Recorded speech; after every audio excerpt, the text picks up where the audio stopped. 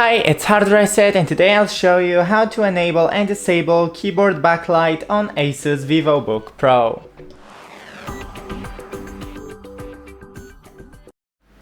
So as you can see, maybe my keyboard backlight is turned on. I don't think you can see it. Yeah, you can see it on the numpad. So, to disable it, click F7, and now the keyboard light is off. Now when you click 7 again, it is on.